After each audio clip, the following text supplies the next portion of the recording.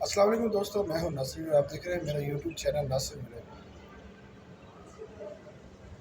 जी नज़ीर, हम जिस सीमा केस के हवाले से बात करनी है, 2 से 3 पॉइंट हैं जो मैंने आपके सामने आपसे शेयर करने हैं और बहुत अहम है। पूरी वीडियो देखिएगा, स्किप ना कीजिएगा ताकि आपको पूरी बात की समझ आ जाए। क्योंकि अगर आप इस केस से रिलेटेड हैं, आप ये हमारी वीडियोस देखते हैं, तो आप बाखूबी जानते होंगे कि सीमा केस से जो सीमा पाकिस्तान से 4 बच्चों को अनलीगल तरीके से लेकर इंडिया में प्रवेश किया और वहाँ पर उसके सहूलतकार बने एपीसी। तो इसके हवाले से हमारे पास बड़ी ज़बरदस्त अपडेट है जो मोमिन मलिक साहब की तरफ से हमारे पास है।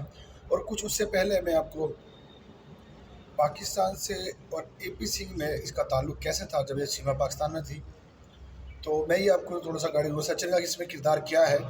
ये 2 पॉइंट हैं और ये मैंने आपके सामने रखने हैं, आपसे शेयर करनी है ताकि हमारी पूरी गेम समझ में आ जाए। क्योंकि अभी तक हम लोग इस चीज़ को फोकस करके बैठे हुए थे कि सीमा खुद से गई है, ऐसी बात नहीं है। सीमा को किस मकसद के लिए ले जाया गया, ये कुछ सवालात थे हमारे तमाम के ज़हन में और ये एक खर्चात थे और होने भी चाहिए।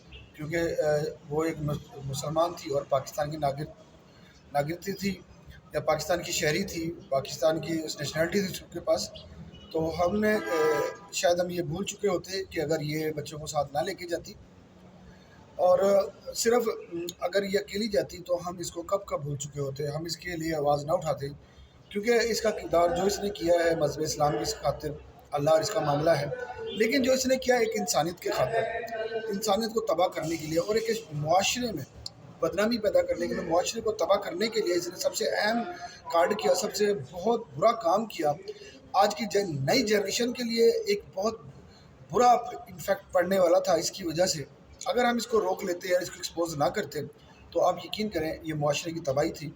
वो अब इसमें नाज़रीन मुल्कों की बात नहीं करते, हम लोग इंसानियत के लिए बात करते हैं। इसमें हमारे साथ बहुत से लोग जुड़े। पाकिस्तान से हम कुछ यूट्यूबर्स ने ये बिड़ा उठाया, गुलाम हैदर के दर्द में हम बराबर के शरीक हुए। क्योंकि बज़ाहिर तो हमारी हुकूमत इसमें इन्वॉल्व नहीं हो सकी, क्योंकि हमारी हुकूमत में एक थोड़ी सी अपनी मसाइल में उलझी हुई है और हमारे न्यूज़ चैनल्स हैं ज़्यादातर उन्हीं मुल्क को देखते हैं, हमारे मुल्क के सियासी लोगों को ज़्यादातर देखते हैं। गुलाम हैदर एक आम इंसान था जो अपने बच्चों के लिए बैरून मुल्क से तकरीबन 4 साल से बैरून मुल्क में था और मुकीम था। और धूप सर्दी में धूप में देखा, यानी आप जानते हैं सऊदी अरब में बहुत गर्मी होती है, वहाँ की शिद्दत बर्दाश्त की, लेकिन अपने बच्चों के लिए अच्छी सहूलतें मुहैया करने के लिए वहाँ पर रोज़ी रोटी कमाने के लिए गया हुआ था। उसकी गैर मौजूदगी में सीमा ने ये कांड किया, पाकिस्तान से उनके बच्चों को लेकर वहाँ पर डिपोर्ट हुई। तो रिपोर्ट नहीं छोड़ के गई और अनलीगल तरीके से गई। क्योंकि उसने उसे बहुत से झूठ बोले, इतने झूठ बोले जिनकी कोई हद ही नहीं रही। तो दोस्तों मैं यहाँ पर एपी सिंह के हवाले से बात कर रहा हूँ। एपी सिंह को आप जानते हैं, वो इंडिया का एक लॉयर है, सुप्रीम कोर्ट ऑफ इंडिया का, और एक अच्छा लॉयर था। लेकिन कभी हमने उसका आज तक जितने भी केसेस उसमें देखे गए हैं, मैं कह सकता हूँ 70 से 80% उसमें उसको हार मिली है। क्योंकि एपी सिंह ने कभी सच का साथ नहीं दिया, इसीलिए उसको झूठ का साथ दिया और हमेशा झूठ में पराजित होना पड़ता है। झूठ को झूठ होता है, सच होता है। सच को देर से ज़रूर प्रमोट किया, ज़रूर कामयाबी मिलती है, लेकिन उसमें ज़्यादातर नाकामी मिलती है झूठ के साथ। और एपीसी को क्योंकि झूठ में ज़्यादा मवाद मिलता है, ज़्यादा पैसे मिलते हैं, टीआरपी बढ़ती है, अखबारों की जनाब हेडलाइन मेन लिस्ट पे आ रहे होते हैं, वो तो ऐसे कामों में एपीसी मुलव्वस था। पाकिस्तान में इसके सीमा से पहले से ताल्लुकात थे और ये उसको अपने ज़ाती मकसद के लिए इस्तेमाल करना चाहता था।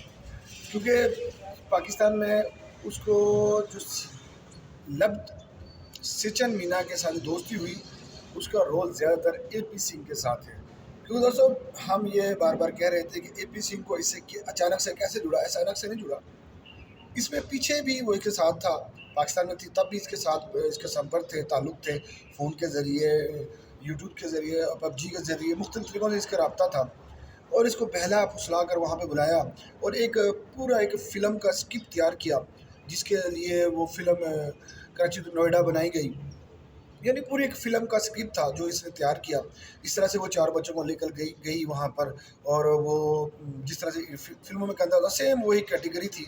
तो एपी सिंह से मुसलसल पहले कॉन्टैक्ट में थे اور اس کو کس مقصد کے لیے. لیکن یہاں ایک چھوٹا سا سوال ہے, پوائنٹ آپ کے لیے چھوڑ کے جاؤں گا, آپ بہتر ہیں انڈین جو یہ چیز کو سمجھتے ہیں. اس کا استعمال کیا جائے گا وہاں پر انڈیا کے اندر کیوں؟ میرا اپنا ایک خرچہ ہے, میرا اپنے ذہن کی ایک آبجیکشن ہے, میں اپنے ذہن میں خیال رکھتا ہوں, سوچتا ہوں الحمدللہ میں ایک پاکستانی ہوں اور مجھے فخر ہے کہ میں پاکستانی ہوں.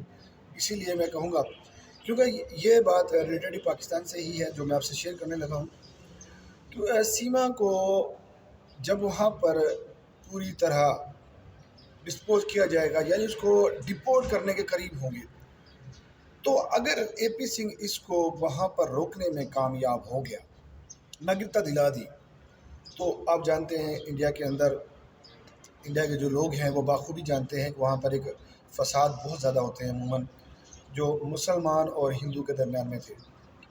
یہ کڑی ملتی ہے اس سے جا کر, کیونکہ ایک مسلمان تھی اور مسلمان کو ہندو کیا, اور اب اس کا بعد میں اگر اس میں ورودھ ہوتا ہے سیما کے میں زیادہ اس چیز کا, اگر ورودھ میں لوگ زیادہ آ گئے تو اس کو ڈپورٹ کر دیا جائے گا, اور یہ کہا جائے گا کہ یہ ان لیگل طریقے سے داخل ہوئی تھی, ہم نے اس لیے اس کو ڈپورٹ کیا, یہ پاکستانی تھی, مسلمان تھی, اس کو اس لیے ہم نے ڈپورٹ کیا.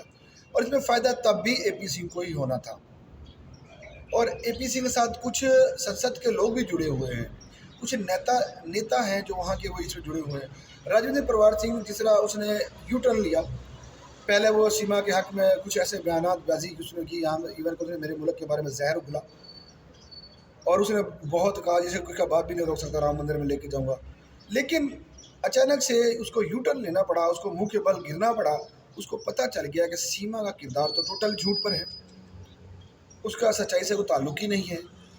اس نے پھر اپنے الفاظ میں, راجویندر پروار نے یہ کہا کہ یہ اس بندے کی, اس ملک کی نہیں ہوئی جہاں پر زندگی کے 45 سال گزار دیے, ان والدین بہن بھائیوں کی نہیں ہوئی جہاں پر اس نے زندگی کے ان کے ساتھ پڑی جوان ہوئی, ان کے درمیان میں شادی ہوئی, اور اپنے اس خاوند کی نہیں ہوئی جس سے لو میرج کی اس نے, جس سے ناظرین لو میرج کی تھی, شادی اس نے پیار کر کے صرف غلام حیدر سے کی تھی. غلام حیدر کی پہلی بیوی کو اس نے طلاق دلائی تھی, اور اس کی پہلی بیوی سے 2 بچے ہیں. لیکن غلام حیدر اس کے بہت سے محبت کرتا ہے, اتنی محبت کرتا تھا کہ انتہا سے زیادہ محبت کرتا تھا, اور اس کے لیے اپنے بچوں کو, جب ایک بیٹا ہوا, پھر دوسری بیٹی ہوئی, تیسری بیٹی ہوئی, تو ظاہر ہے پریوار بڑھ رہا تھا. اس نے سوچا کہ میں ان کے لیے اچھا فیوچر تلاش کروں, ان کے لیے اچھا مواقع مہیا کروں, اسی لیے وہ بیرون ملک گیا. اس کی رضامندی کی وجہ سے گیا, یہ رضامند تھی, بلکہ انہوں نے وہاں سے کچھ پیسے بھی اکٹھے کیے, کچھ زیورات سیل کیے, یعنی اس طرح سے بنا کے اس کو بھیجا گیا وہاں پر, اور بعد میں وہ قرضہ اتارا غلام حیدر نے وہاں سے, جو قرضہ یہ لے کے گیا تھا. اور سیما رضامند تھی بالکل, وہ تھی اس کے ساتھ خوش تھی, اپنی زندگی میں بہت خوش تھی. اچانک سے کیا ہوا, غلام حیدر کو اس کو بھاگنا کیوں پڑا؟ کیونکہ اکیلی تنہا عورت ہوتی ہے, اپنی آزادی میں خود مختار تھی, جو میرے ملک کے بارے میں کہتی ہے کہ وہاں پر عورتوں کو تحفظ نہیں ہے. میں ان کو یہ بات سمجھانا چاہتا ہوں, پوری انڈین والے میری بات کو غور سے سنیں, تمام وہ لوگ جو اس کیس سے جڑے ہوئے ہیں وہ یہ بات کو سمجھیں کہ جب ایک انسان, آپ کے معاشرے کے اندر بھی چیزیں ہوں گی, جب ایک انسان کو پوری آزادی ملے, اور خاص طور پہ وہ ایک مہلا ہو, ایک عورت ہو, وہ تنہا رہتی ہو, دن رات تنہا رہتی ہو, اس میں کسی کا دباؤ نہ ہو, کسی کا پریشر نہ ہو, نہ کوئی بھائی کا پریشر ہو, نہ خاوند کا پریشر ہو, نہ کہ ماں باپ کا پریشر ہو, نہ سسرال والوں کو پریشر ہو, تو وہ کس طرح جائے گی؟ جو اس جیسی سیما جیسی لوگ, عورتیں ہوں, مرد ہوں, کوئی بھی کسی کیٹیگری سے ہوں, اگر وہ تنہا رہتا ہے, ان کا ذہن گندا ہونا, تو پورے معاشرے کو تباہی کا سبب بن جاتی ہے. جس طرح اس نے کیا, اس نے اپنے بہن بھائیوں کے لیے ایک عبرت چھوڑی, ایک عبرت کا نشان بن گئی. سب کو جناب یہاں پر برا بھلا کہوا رہی ہے ان کی. اب وہاں پہ سچن کے پاس گئی, کچھ لوگ اس کے حق میں ہیں, لیکن جو ورودھ کر رہے ہیں اس کو, آپ جانتے ہو کہ سیما جو سچن ہے, اس کے گھر والوں کو بھی ٹارگٹ کیا جاتا ہے, ان کی فیملی کو ٹارگٹ کیا جاتا ہے. یہ ان کے لیے بھی بدنام کا باعث بن گئی. اے پی سنگھ کے ساتھ جڑی تو اے پی سنگھ کے لیے بدنامی کا باعث. راجویندر پروار سنگھ نے اس کی حمایت کی تو اس کے خلاف بھی اس نے, وہ بھی اس کے مخالف ہو گیا. کیوں؟ کیونکہ سچائی ہمیشہ سچائی ہوتی ہے. جھوٹ جتنا مرضی بڑا جھوٹ بولو, جھوٹ کو ایک دم ڈسپوز ہونا پڑتا ہے, سب سے نظر جھکانی پڑتی ہے. اب یہ وہاں پہ پھنسی ہوئی ہے, اور محمد ملک صاحب نے واضح کہہ دیا کہ اس کو ڈپورٹ ہونا پڑے گا, کیونکہ انڈیا کے قانون میں یہ اس کے لیے ذرا بھی گنجائش نہیں رہی اب, क्योंकि जितना इसका झूठ सबके सामने आ चुका है और इसमें आज बड़ी पेशरफ्त हुई है, ज़बरदस्त पेशरफ्त है। मोहम्मद मलिक साहब को रघुपुरा की पुलिस ने तमाम डॉक्यूमेंट्स सबमिट कर दिए हैं, उनको दे दिए हैं बाकायदा टेस्टेड करके कि ये केस थे इसके ऊपर, और इस तरह से हमने इसको अरेस्ट किया था, इतने दिन हमने रखा है, इनके बच्चों को फलां इस जगह पे रखा है। तमाम डॉक्यूमेंट्स इनको सेंड कर दिए गए, तमाम इनके हवाले कर दिए गए। लेकिन ये दो पुलिस वाले हैं, एक रघुपुरा की पुलिस के ऑफिसर और एक दीगर एक और इधर गाँव है जहाँ पर इसको अरेस्ट किया गया था। उनके दोनों को उन्होंने अपने अपने जाँच जो की थी उसकी रिपोर्ट मोहम्मद मलिक साहब को प्रोवाइड कर दी गई है। और इंशाल्लाह ताला ये आपसे आपकी अपडेट थी। फिर मिलते हैं नई वीडियो तक, इंशाल्लाह ताला किसी नए मुद्दे पे बात करेंगे इंशाल्लाह। तब तक इजाज़त दीजिए मुझे। अल्लाह हाफ़िज़।